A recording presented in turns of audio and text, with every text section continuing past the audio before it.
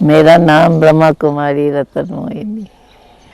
लौकिक में शरीर का नाम लक्ष्मी था और फिर बाबा का बनने के बाद बाबा ने नाम रतन मोहिनी रखा और अधिकतर रतन मोहिनी नाम से ही हमको जाना जाता है।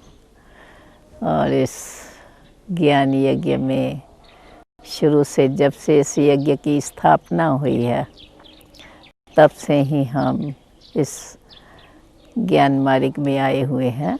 वैसे तो बचपन से ही आए हैं और बचपन में हमारी लौकिक माता जी आती थी।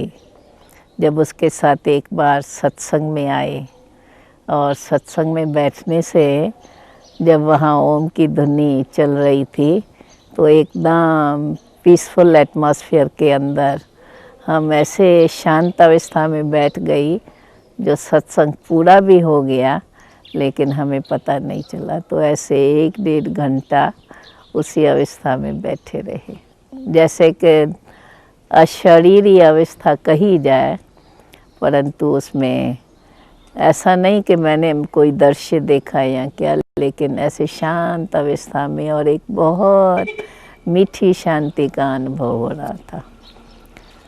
भले ही बचपन अवस्था थी और ऐसा कोई जीवन में दुख नहीं था, वैसे भी लौकिक परिवार में अच्छे कुल में जन्म हुआ था और माता जी भी बहुत भक्ति करती थी श्री कृष्ण की और परिवार के अंदर भी भक्ति भाव था। हम भी छोटेपन में थोड़ी बहुत भक्ति तो करते ही थे, इसलिए जब आए सत्संग में तो बड़ा आनंद आने लगा। उस समय पिताश्री तो कश्मीर गए हुए थे और कुछ समय के बाद जब बाबा कश्मीर से आए और हम फिर आई थी तो बाबा को देखने से ऐसे लगा कि जैसे कि हम इसी परिवार की है और यही मेरा बाप है, जिस कारण जल्दी से जैसे कि उसी में लग गई। फिर भले हमको घर से पहले थोड़ी छुट्टी नहीं मिलती थी क्योंकि छोटेपन में पढ़ाई में इंटरेस्ट था और लौकिक परिवार के अंदर बच्चों में पढ़ाई में समझो अच्छा इंटरेस्ट रहा, तो उन्हों का विचार था कि ये अच्छी पढ़ाई करे, आगे बढ़े। परंतु मैं पढ़ाई में ना इंटरेस्ट रख करके, इसका मतलब ये नहीं पढ़ाई में इंटरेस्ट नहीं था, परंतु हमारा ये विचार रहा कि मुझे पढ़ाई करनी है तो भी इधर ही करनी है। और उस समय में बाबा ने भी एक बच्चों के लिए छोटा सा स्कूल शुरू किया था जिसके अंदर हिंदी और इंग्लिश सिखाई जाती थी और बाकी और कोई नॉलेज नहीं। ज्ञान के लेसन्स थे, ज्ञान का ही सब कुछ था, परंतु हिंदी राइटिंग पढ़ना करना वो इंग्लिश और हिंदी सिखाई जाती थी। तो हमें सहज हो गया कि ये भी स्कूल है, चलो उस स्कूल के बदले हम इस स्कूल में पढ़ेंगे। फिर इसी रीति से हमको जल्दी छुट्टी मिल गई और जब इस पढ़ाई में लगी तो पढ़ाई में तो इंटरेस्ट था ही, तो यहाँ भी जो पढ़ाई पढ़ती गई उसमें अच्छा इंटरेस्ट था।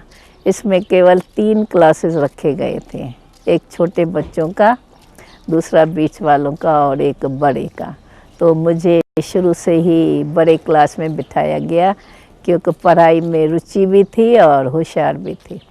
उसी रीति से हम पढ़ाई के रीति से ज्ञान को अच्छी रीत समझती गई और जैसे जैसे हम बाबा का ज्ञान सुनती गई ऐसे लगता था कि ये कोई बहुत ऊंची नॉलेज है और ये नॉलेज सिवाय परमात्मा के कोई दे नहीं सकता है। बाबा भी जब हमारे सामने आते थे तो बाबा को हम साधारण रूप में नहीं देखते थे, अधिकतर बाबा हमको विष्णु के रूप में दिखाई पड़ते थे और ऐसे लगता था जैसे कि ये मेरा बाप ही है। इसलिए सहज ही जैसे कि वहाँ बुद्धि योग लग गया, एक तरफ पढ़ाई की रुचि और ज्ञान में अच्छा इंटरेस्ट। जो जो हम सुनते जाते थे, जब तक उधर स्कूल से लेकर घर तक जाएं तो मन के अंदर वही चिंतन चलता था और उससे लगता था कि ये कोई जीवन बड़ी ऊंची है। थे छोटे बच्चे, परंतु छोटेपन में ज्ञान के ऊंचाई के कारण ऐसे लगता था कि अपने को छोटेपन की भाषा नहीं आती थी। बाबा की ऊंची ऊंची बातें सुन कर के हमें ऐसे ही लगता था कि हम भी ऐसे ऊंची जीवन वाले हैं, और ख्यालात के अंदर भी वो ऊंचाई रहती थी। इसी रीति से हम इस ज्ञान में आगे चलते गए। थोड़े ही समय में जब हैदराबाद से सभी कराची में गए, तो हम भी कराची में गई और तब से लेकर के बाबा के साथ रहना हुआ और इसी पढ़ाई के अंदर अपनी पूरी जीवन व्यतीत की। आगे चलते चलते उस समय में तो केवल अपनी स्टडी रही, तो सुबह से लेकर के रात तक जो भी दिनचर्या थी या जो भी बाबा बताते थे उसमें लिखना पढ़ना, उसी में पूरा ध्यान, और साथ साथ जो हमारा योग होता था सवेरे उठ कर के योग करना, उसमें भी अपनी बहुत रुचि रही। जो हम सुनते थे वो आपस में बैठ कर के डिस्कस करते थे। कोई भी आता था तो सिवाय ज्ञान चर्चा के और कोई हमारे मुख पे बातें नहीं होती थी। सहज ही दुनिया की जीवन से बुद्धि योग हट गया। इतने तक हट गया जो हम लोग ये नहीं समझते थे कि हम कोई और जगह से आए हैं। ऐसे लगता था कि हम बाबा के साथ साथ इसी कार्य के लिए, विश्व कल्याण के लिए ही हम निमित्त बने हुए हैं और उसी कार्य में लगे रहे। उस समय में ऐसा था जब हम 14 वर्ष कराची में तपस्या करते रहे, योग के प्रोग्राम, और उसी रीति से हमारा आगे चलता रहा। योग की भट्टियाँ भी रही जिसमें हम लोग ऐसे अनुभव करते थे कि बाबा कहते थे तुम शिव शक्तियाँ हो। तो जब हम लोग योग भट्टी में बैठे रहते थे तो ऐसे महसूस होता था कि बरोबर शिव परमात्मा ने हमें शक्ति स्वरूप बनाया है और उन शक्तियों का अनुभव होता था। 14 वर्ष के बाद जब हम ओखा में पहुँचे, वैसे जब हम वहाँ से निकले थे तो वहाँ की गवर्नमेंट ये नहीं चाहती थी कि हम लोग वहाँ से जाएं, क्योंकि वे लोग हमको खुदा परस्त मानते थे। भले मुसलमानों का उस समय राज्य था पाकिस्तान हिंदुस्तान के कारण। वैसे जब हम पहले कराची में आए थे तभी अल्लाह बख्श वज़ीर था और वो डायरेक्ट बाबा से मिलता था। बाबा उसको साथ लेकर के जो हम बच्चों के क्लासेस होते थे उसमें ले आते थे, डायलॉग वगैरह वो पूरा सुनते थे, तो उसके ऊपर अच्छा प्रभाव था। उसी प्रभाव के कारण भले पाकिस्तान और हिंदुस्तान भी हो गया, परंतु उन्हों के ऊपर ये हमारी अच्छी छाप रही कि हम खुदा परस्त हैं, हम भगवान को मानने वाले हैं और हम विश्व कल्याण के कार्य में लगे हुए हैं।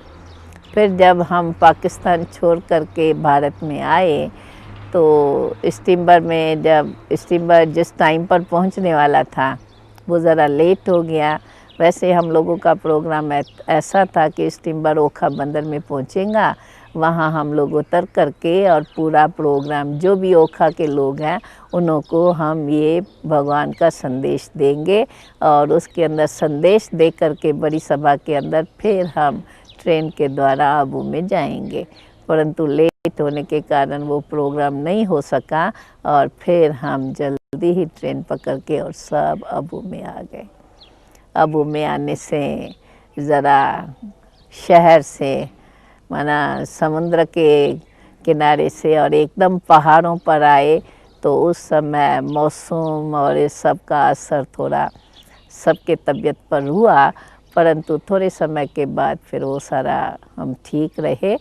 और यहाँ आने के बाद, आबू में आने के बाद सवेरे सवेरे क्लास के बाद हम लोग जाते थे थोड़ा पैदल करने, जहाँ एकांत में बैठ कर के वहाँ पहाड़ों पर जा कर के तपस्या भी करते थे और कभी कभी बाबा बैठ कर के हम लोगों को ये ज्ञान भी सुनाते थे। इसी रीति से आबू में चलते फिर कुछ समय के बाद हमें बाहर जाने का कई तरफों से निमंत्रण मिलने लगा कि आप आकर के यहाँ हमें जो कुछ आप लोगों ने पाया है वो हमें भी आकर के बताइए। तो इसी प्रकार से फिर हम लोगों का जाना बाहर हुआ। पहले कुछ दिल्ली में भाई लोग बहनें गई, फिर कुछ लखनऊ में गई, इसी और कुछ फिर बॉम्बे में गई। वहाँ एक ऐसा था जहाँ पैसेज था, माना रहने के स्थान से लेकर के भंडारे तक हम जाते थे, तो बीच में जो पैसेज था वहाँ हमने देखा नहीं परंतु सुना था कि रात को एक सांप आकर के बैठ जाता था, परंतु हम लोगों को कुछ करता नहीं था और सुबह होते ही वो गुम हो जाता था। तो ऐसे कहीं बताते थे, तो ये और ही अच्छा है, एक जैसे कि रक्षक है उसी रीति से वो लोग बताते थे। बाकी उसने हम लोगों को कोई तकलीफ़ नहीं दी थी। ऐसे तो बिरजा कोठी उसी स्थान पर थी जहाँ उसके पीछे बहुत बड़ा जंगल था। वहाँ रात को हम शेर की आवाज़ वगैरह सुनते थे, परंतु ऐसा कभी भी कोई एक्सीडेंट नहीं हुआ जो हमारे पास कोई ऐसा जानवर आए या कोई ऐसा नुकसान हो। और वो सुनते हुए भी, क्योंकि हम समझते थे हम भगवान के साथ हैं, तो हमें कोई उन बातों का उस समय डर नहीं लगता था। हम लोग जब जाते थे बाबा के साथ तो अधिकतर ऊंची ऊंची पहाड़ियों पर जाकर के बैठ जाते थे, और उस समय जैसे कि बेहद में बैठ कर के और हम योग अभ्यास करते थे, जिससे ऐसा होता था कि ऐसा लगता था कि बेहद में हम बैठे हैं, जैसे बेहद के मालिक हैं। एक प्रैक्टिकल वो अनुभव होता था कि सारी विश्व के हम मालिक हैं और कैसे विश्व का पिता हमें विश्व का अनुभव करा रही है। तो बेहद में बैठ कर के योग तपस्या करना, उसमें एक बहुत अच्छा अनुभव होता था। मतलब ये तो हम जितना समय रहे, मैं समझती हूँ अब में बिरजा कोठी में हम 50 से लेकर के 54 तक रहे। तो 4 साल पहले 50 का छोड़ के मैं समझती हूँ 51 से लेकर के और 54 तक हम रोज़ सुबह को क्लास के बाद पैदल करने जाते थे। तो पिताश्री साथ रहते ही थे, और जो भी ऊंची ऊंची पहाड़ी, अबू की कोई ऐसी पहाड़ी मैं समझती हूँ नहीं छूटी होगी जहाँ हम लोग ऊंचाई पे नहीं चढ़ी होंगे। वहाँ से लेकर के अचलगढ़ तक भी हम लोग पैदल गए। एक बार तो माउंट आबू से आबू रोड पर भी पैदल गए, और वहाँ सारे आबू के लोग इकट्ठे हो गए और बहुत बड़ी सभा लगी जहाँ बाबा ने भी उन्हों को संबोधित किया और हम लोगों ने भी उन्हों को परमात्मा का परिचय दिया। फिर वहाँ से हम जब बिरजा कोठी में थे तो वहाँ से हम लोगों को जैसे जैसे सेवाओं पे निकले थे, तो हरिद्वार में एक सम्मेलन हुआ था, वहाँ हमको निमंत्रण मिला था। और वहाँ जब हम लोगों ने भाषण किया था तो उन्हों को हमारी नॉलेज बहुत अच्छी लगी थी। और फिर कुछ समय के बाद हमको जापान से निमंत्रण आया था। तब हमें पहली बार थी कि हम विदेश यात्रा पर बाबा ने हम लोग को भेजा था, लेकिन हमें वैसे अगर कहा जाए तो हमें दुनिया का पता नहीं था, क्योंकि हम यज्ञ के अंदर ही रहे थे और वहाँ ही अपनी तपस्या में रहे। पहली बार जब जापान से निमंत्रण आया और बाबा ने हम 2 बहनों को जापान में भेजा, तो वहाँ पहुँचने के बाद ऐसा लगता था, भले थे छोटे परंतु ऐसा लगता था कि भगवान ने हमको भेजा है, बाबा ने भेजा है तो कोई सेवा है। इसलिए कुछ भी देखते थे, किसको भी देखते थे तो नया नहीं लगता था, और हमारी बुद्धि में यही रहता था बाबा को हम लोगों से क्या सेवा करानी है वो हम देखते जाते थे। नहीं तो जब वहाँ गए तो थोड़ा ऐसा लगा लोगों को देख करके, लोग हमारे लिए बहुत नए थे। उन्हों की ड्रेस देखो, उन्हों की शक्लियाँ देखो। फिलिपियन का एक ग्रुप था, क्योंकि वहाँ विश्व शांति सम्मेलन था और उसमें हमको निमंत्रण आया था। वहाँ एक फिलिपियन का ग्रुप था, जिस फिलिपियन ग्रुप के अंदर समझो फीमेल को मेल की ड्रेस पड़ी हुई थी और मेल को फीमेल की ड्रेस पड़ी हुई थी। तो ऐसा तो हम लोगों ने एक पहली बार देखा, परंतु हम लोग ऐसे देखते थे, आश्चर्य नहीं लगता था, समझते थे दुनिया के अंदर भिन्न भिन्न प्रकार के लोग हैं। अभी बाबा ने ऐसे स्थान पर हमें भेजा है, बाबा को जो सेवा करानी है वो कराएगा। उसी खुशी से और उसी निश्चय से हम आगे चलते गए। वहाँ की भाषा जापानीज़ थी, परंतु कुछ लोग इंग्लिश जानते थे, तो हम लोग उन्हों से इंग्लिश में भाषण करते थे। परंतु देखा जाए कि ऐसे स्थान पर जाते भी भिन्न भिन्न संस्थाओं के अंदर जो वहाँ बड़ी बड़ी संस्थाएं थी, कॉन्फ्रेंस के बाद फिर हम वहाँ एक एनानाइक्यो संस्था थी, वहाँ पर भी हम लोग गए जो बुद्धिस्ट ये एनानाइक्यो में तो हमको निमंत्रण मिला था और उसके बाद फिर हम एक बुद्धिस्ट संस्था में गए थे, उन्होंने भी हमें बुलाया था। वहाँ उन्हों को उस समय में हमारे पास एक बहुत बड़ा पिक्चर ये झाड़ का था, वो झाड़ पर हम उसको समझाते थे तो उसमें सभी धर्मों का होने के कारण उन्हों को वो बहुत अच्छा लगता था जो भी हम नॉलेज सुनाते थे। ऐसे मैं समझती हूँ वहाँ हम लोग 15 दिन तक उन्हों के पास रहे थे और उन्हों को इन्हीं बातों पर समझाया और उन्हों के सभाओं में भी प्रवचन हुआ और थोड़ी बहुत हम जापानीज़ भाषा भी सीख गए, जो उन्हों को पहले जापानीज़ भाषा में संबोधित करते थे और फिर अपनी इंग्लिश भाषा में करते थे। तो हम लगभग 1 साल की सेवाओं पर थे। 4 मास जापान में रहे और फिर 3 मास हम हांगकांग में रहे, 3 मास सिंगापुर में रहे और उसके बाद 1 मास आगे पेनांग वगैरह में होते हुए पूरा 1 बरस 16 अक्टूबर में गए थे और 16-17 सितंबर हम भारत में पहुँचे। जापान में एक ये विशेष सेवा हुई, जब इन्होंने हमारी ये बड़ी बड़ी पिक्चर्स देखी थी तो एक बुद्धिस्ट संस्था थी, उन्होंने हमको ये झाड़ के पिक्चर 5000 कापीस, क्योंकि उनके पास बड़ी अच्छी मशीनें थी तो उन्होंने हमको छपा करके दी थी।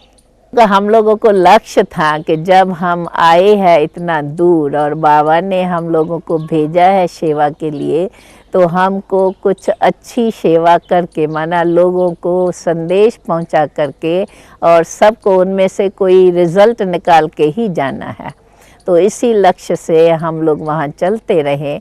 ऐसे भी था कि जापान, हांगकांग, सिंगापुर के अंदर सिंधी लोग काफ़ी थे, उनों से भी परिचय हुआ और विशेष सेवा ये हुई कि जो हमारे लौकिक परिवार वाले या जो सिंधी कम्युनिटी थी वो अधिकतर हमारी बातों को जल्दी मानती नहीं थी, परंतु जब हम लोग जापान में गए तो हमारी वहाँ निमंत्रण मिला है और ऐसे हमारी सेवाएं देख करके उन्हों के ऊपर भी अच्छा प्रभाव पड़ा और वे भी हमको वहाँ, चाहे जापान में, चाहे हांगकांग में, चाहे सिंगापुर में, हमको वहाँ निमंत्रण देने लगे और वो इन हमारी बातों को समझने की कोशिश करने लगे। फिर जैसे जैसे उन्हों को भी ये ज्ञान समझाते गए, बताते गए, तो उन्हों को लगा कि बरोबर हमारी ही कन्याएं माताएं हैं जिन्होंने अंदर बैठ कर के इतनी तपस्या की है और इतना इनका ऊंचा ज्ञान है जो और लोग इनको अच्छी रीत से सुनते हैं और हम उनका ले नहीं पाए हैं। जब हम लोग वहाँ से सिंगापुर में आए तो सिंगापुर में गुजराती कम्युनिटी ने इस बात को अच्छी रीत से उठाया। वहाँ जो कांतिलाल शाह था उसने अपने घर पे भी हमें निमंत्रण दिया, 15 दिन अपने पास रखा और 15 दिन के अंदर सवेरे जैसे हम 3:30 बजे उठ कर के 4 से 5 योग करते थे, वो हमारे साथ योग करता था और फिर उसके बाद हमारी बातों को बैठ के सुनता था। तो उसको लगा कि ये जो ईश्वरीय ज्ञान है ये जीवन को श्रेष्ठ बनाने वाला है। फिर उसने अपने कम्युनिटी में ये बात की तो इनके प्रेसिडेंट, गुजराती कम्युनिटी का प्रेसिडेंट, सेक्रेटरी, उन्होंने हमको 15-15 दिन का अपने पास निमंत्रण दिया और ऐसे 3 लोगों के पास हम रहे और ये बातें उनको समझाई। उसके बाद समझो उनका संपर्क बना रहा और यज्ञ से, लिखा पढ़ी के, करिस्पॉन्डेंस के द्वारा ज्ञान को अधिक समझते गए और आगे बढ़ते गए। इसी प्रकार से हम पूरा 12 मास इसी फॉरेस्ट के टूर पर रहे और फिर भारत में आए। भारत के अंदर तो ऐसा था, जब जब जहाँ सेवाएं हुई, जापान से जब हम लोग आए तो उस समय में चित्रकूट से साधु सम्मेलन का निमंत्रण मिला था। तो जैसे ही हम बॉम्बे में पहुँचे तो ये निमंत्रण बाबा ने हम बच्चों को भेज दिया था कि आप लोगों को सम्मेलन में जाना है। तो जो हम 2 बहनें और 1 भाई गए थे जापान में, दादी प्रकाश मणि जी और मैं और एक आनंद किशोर दादा, तीनों ही फिर चित्रकूट में उस साधु सम्मेलन में गए। वहाँ आने के बाद फिर सारे जितने भी हमारे सेंटर्स थे उस समय में, लखनऊ, कानपुर, दिल्ली, अमृतसर, इस तरफ में हम होते हुए और फिर आकर के अबू में पहुँचे।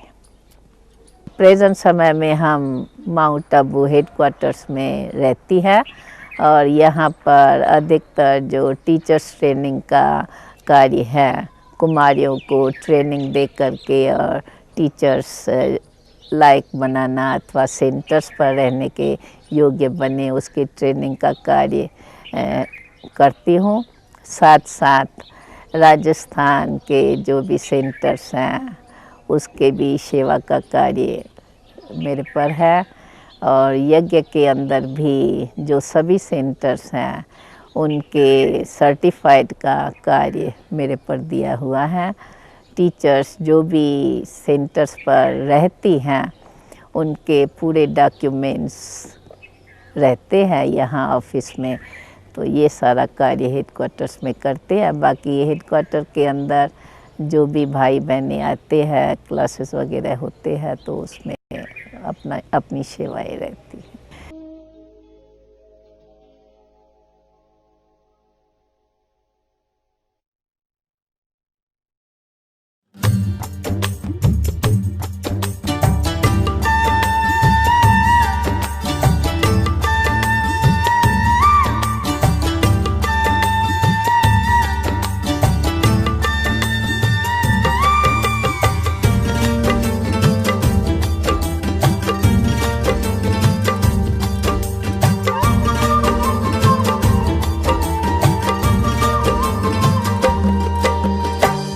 मधुबन की धरनी सजाकर कहाँ छुप गए तुम बाबा, कांटों को फूल बनाकर कहाँ छुप गए तुम बाबा।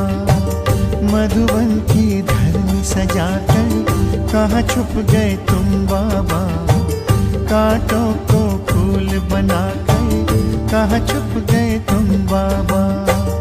पाया सत्सब से तेरा कर पाया ओ बाबा, जीवन हुआ सफल ये मेरा, मिल गई खुशियाँ बाबा। मधुबन की धरनी सजाकर कहाँ छुप गए तुम बाबा, कांटों को फूल बनाकर कहाँ छुप गए तुम बाबा।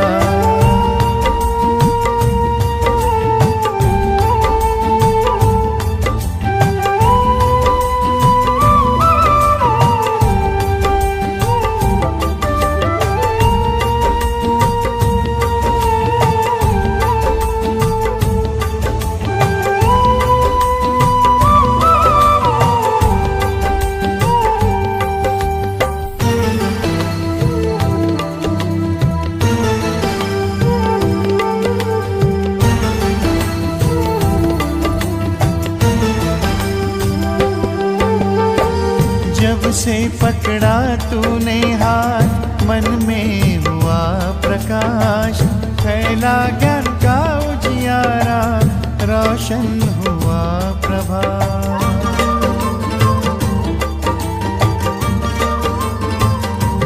ओ, जब से पकड़ा तूने हाथ, मन में हुआ प्रकाश, फैला ज्ञान का उजियारा, रोशन हुआ प्रभात। मधुबन के कण से पूछो, साकार रूप अपना दिखा दो, तेरी ही राह चले हम, हमें अपने पास बुला लो। मधुबन की धरनी सजाकर कहाँ छुप गए तुम बाबा, कांटों को फूल बनाकर कहाँ छुप गए तुम बाबा। मधुबन की धरनी सजाकर कहाँ छुप गए तुम बाबा, कांटों को फूल बनाकर कहाँ छुप गए तुम बाबा।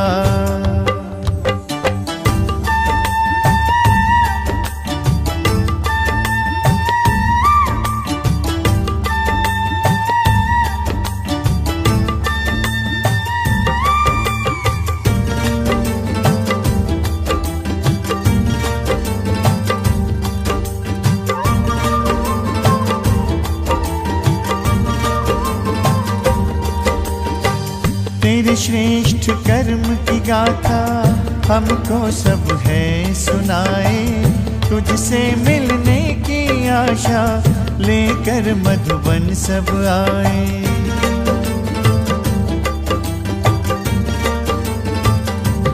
ओ तेरे श्रेष्ठ कर्म की गाथा हमको सब है सुनाए। तुझसे मिलने की आशा लेकर मधुबन सब आए। बच्चों को रख आगे तुम बन गए अव्यक्त बाबा। तारों में भर दिव्य ज्योति बनकर तुम चंद्रमा। मधुबन की धरनी सजाकर कहाँ छुप गए तुम बाबा। कांटों को फूल बनाकर कहाँ छुप गए तुम बाबा। मधुबन की धरनी सजाकर कहाँ छुप गए तुम बाबा। कांटों को फूल बनाकर कहाँ छुप गए तुम बाबा।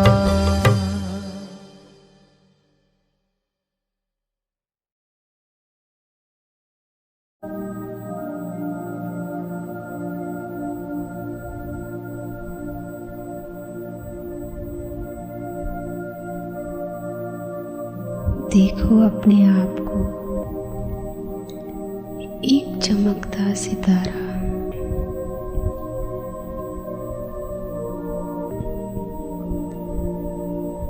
ये 5 तत्वों का शरीर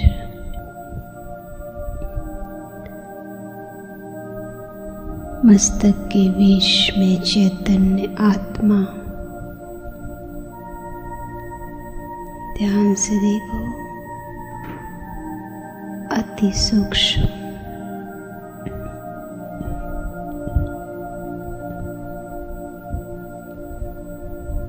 चमकता बिंदु।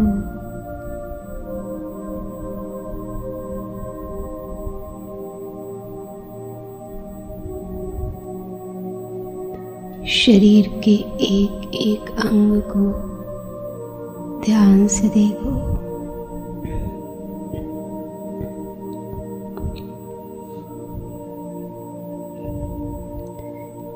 मैं इसमें रहने वाली, इसके मालिक हूँ।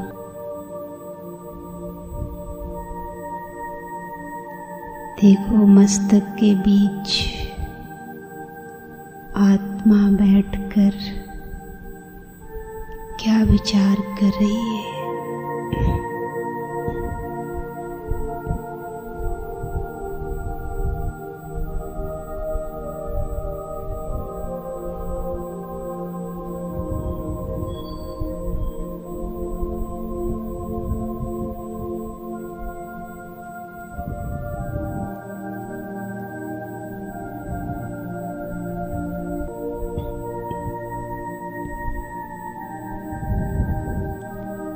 मैं शरीर में एक स्थान पर बैठकर एक एक अंग को अपने विचारों से चलाने वाली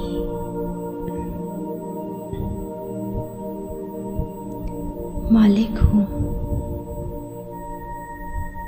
देखो पीछे बैठकर आंखों से देखने का काम,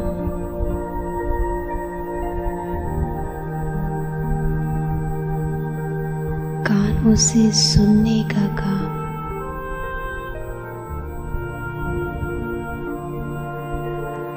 मुख से बोलने का काम,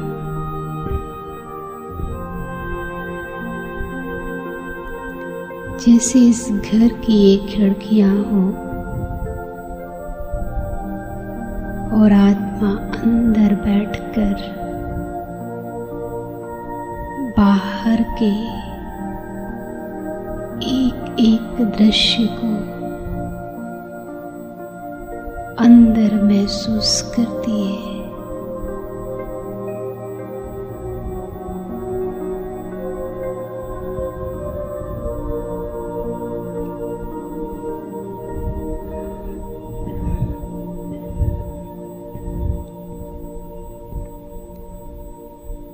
आज सारे दिन में मैं आत्मा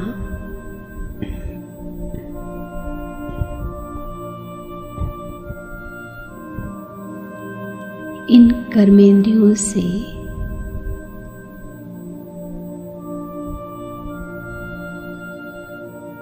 क्या क्या काम लेकर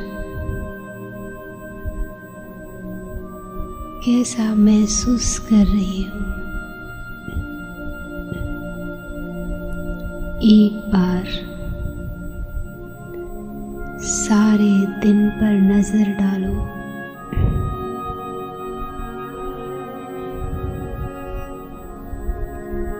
आँखों से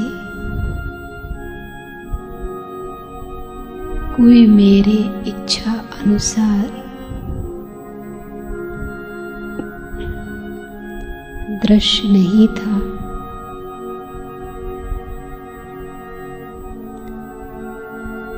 तो आत्मा क्या सोच रही थी?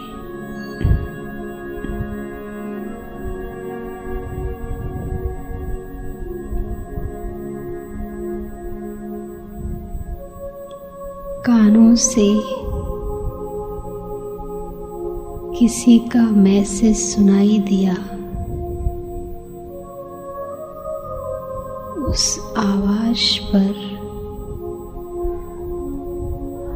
आत्मा की फीलिंग क्या थी?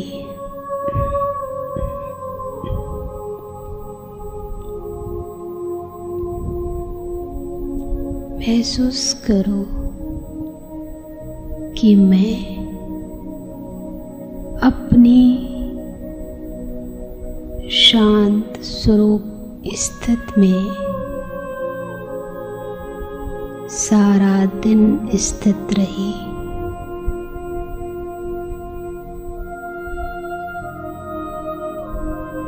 या एक एक दृश्य पर,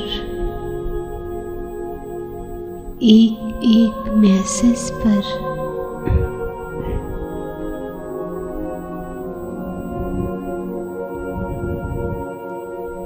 मेरी स्थिति हलचल में आती गई।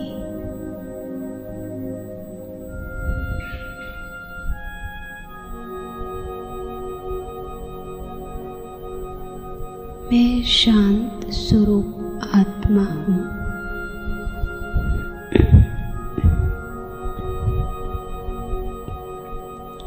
मेरा स्वधर्म शांति है।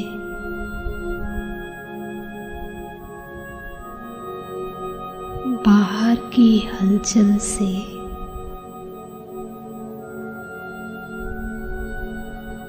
मुझ आत्मा का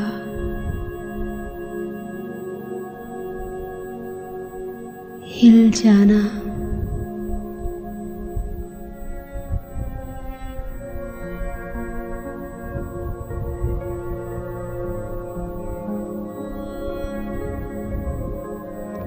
ये मेरे मन की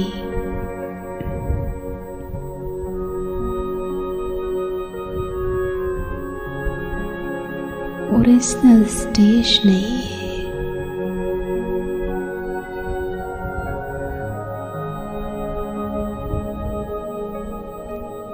याद करो, मैं एकदम शांत, एकदम शीतल,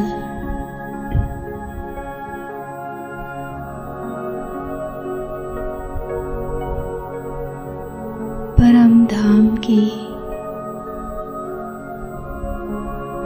शांत स्वरूप स्थिति से नीचे आई थी।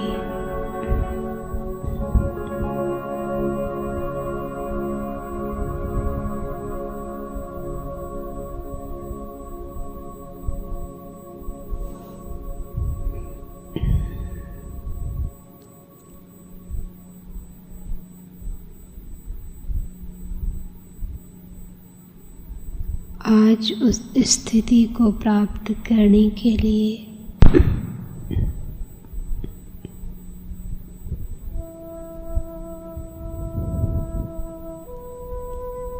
बार बार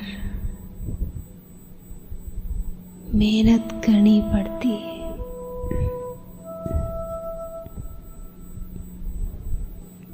चलो बाहर गार्डन में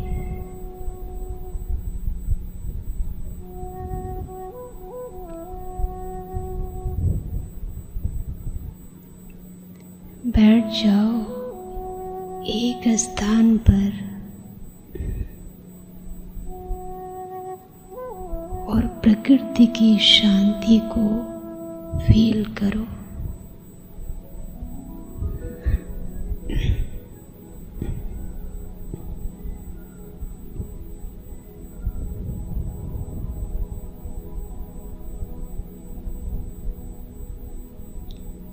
हर चीज अपनी ओरिजिनल स्टेज में है।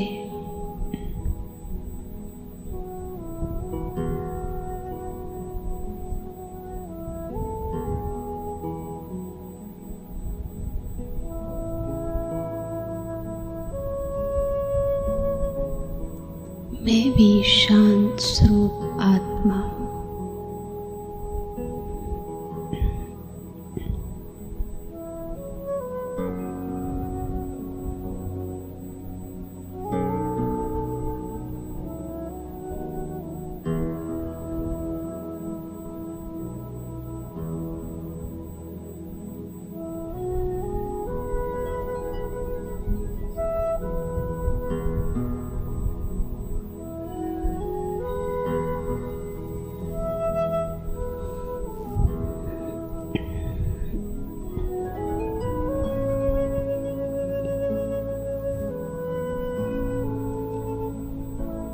चले सागर के सामने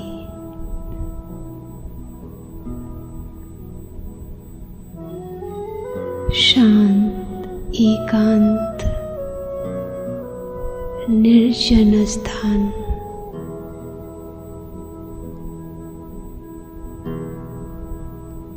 सिर्फ मैं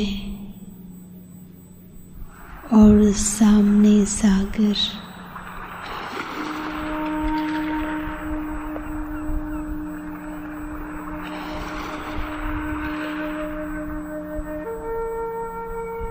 बाहर से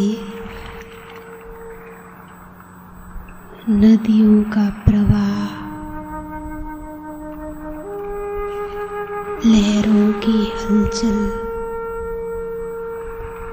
अंदर से एकदम शांत।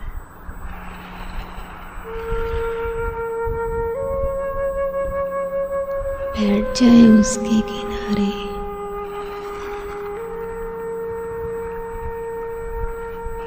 और महसूस करें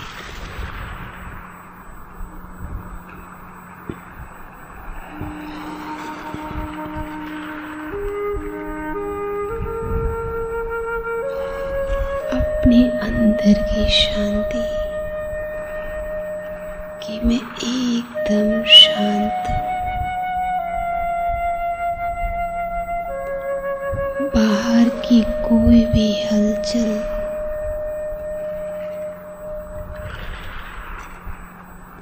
मेरे अंतर मन में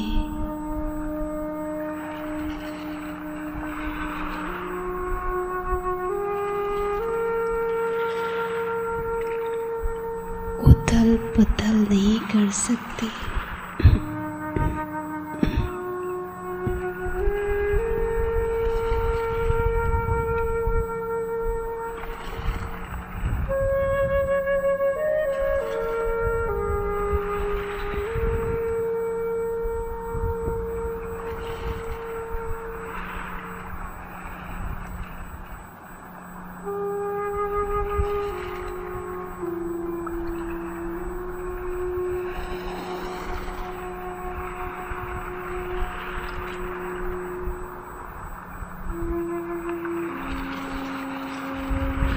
और अब चले एक ऊंची पहाड़ी पर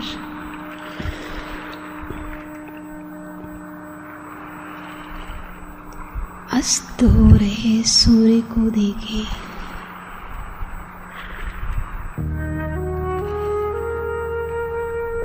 चारों ओर एकदम शांति।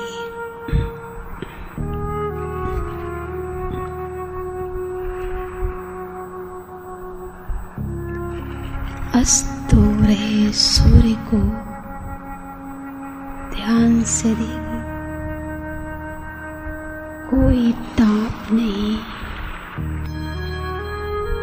कोई हलचल नहीं।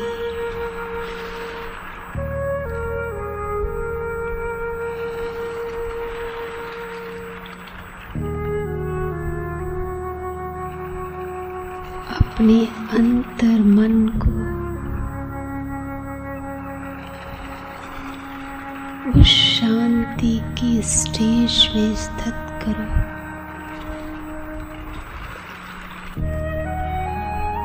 एकदम शांत।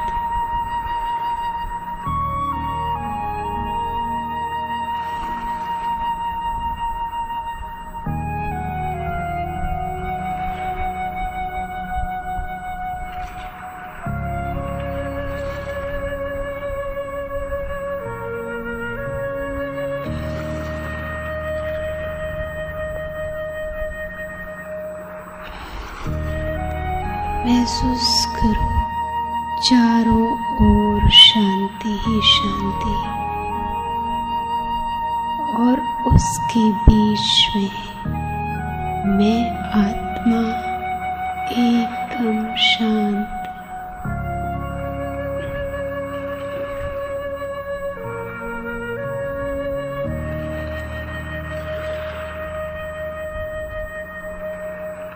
और अब चले शांति स्तंभ पे।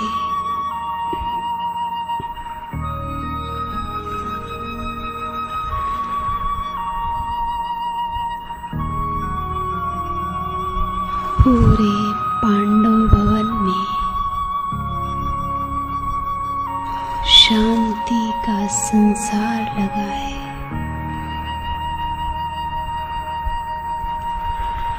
कोई भी व्यक्ति चलता हुआ नहीं दिख रहा है। बैठ जाए शांति स्तंभ के चारों ओर और महसूस करो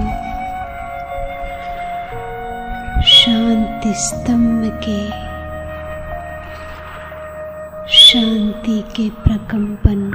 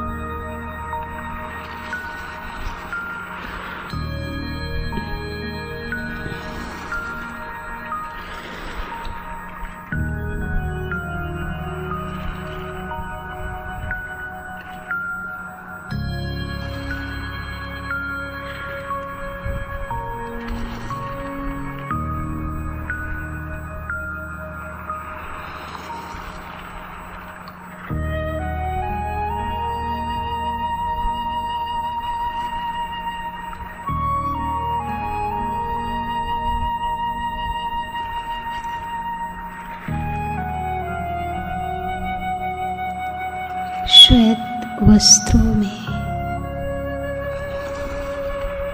पवित्र हंसों की सभा, उनके बीच में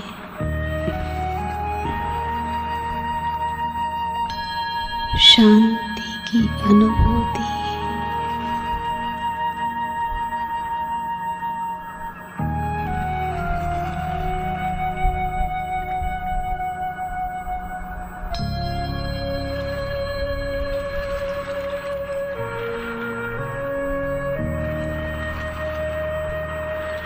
और अब चले अपने शांति धाम।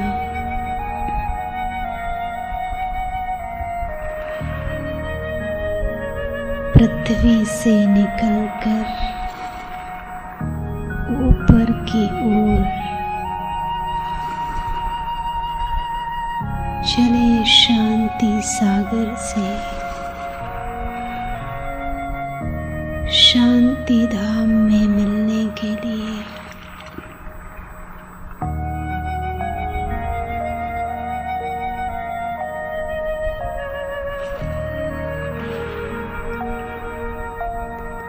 देखो, शांति धाम में प्रवेश करते ही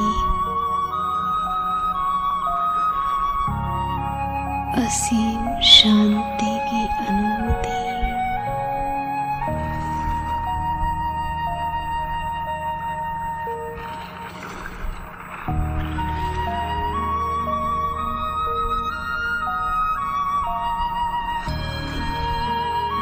चारों ओर सुनहरा लाल प्रकाश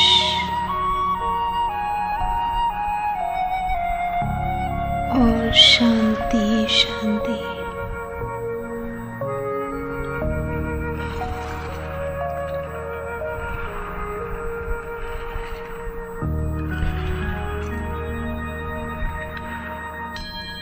चमकती हुई मड़ियों के बीच से निकल सामने शांति का सागर है, चले उसके नजदीक।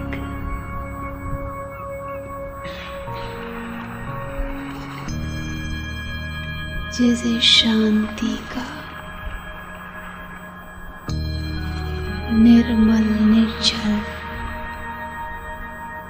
किरणों का झरना हो, बैठ जाए उसके नीचे।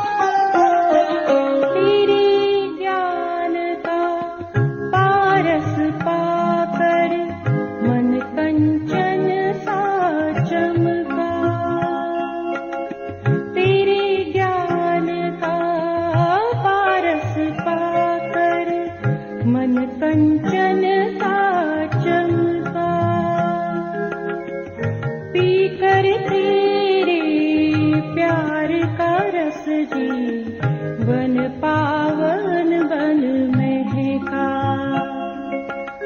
कल्याण हुआ अपना बनकर, है भगवान का प्यारा। बाबा कभी ना भूलेंगे एहसान ये तुम्हारा, बाबा कभी ना भूलेंगे एहसान ये तुम्हारा।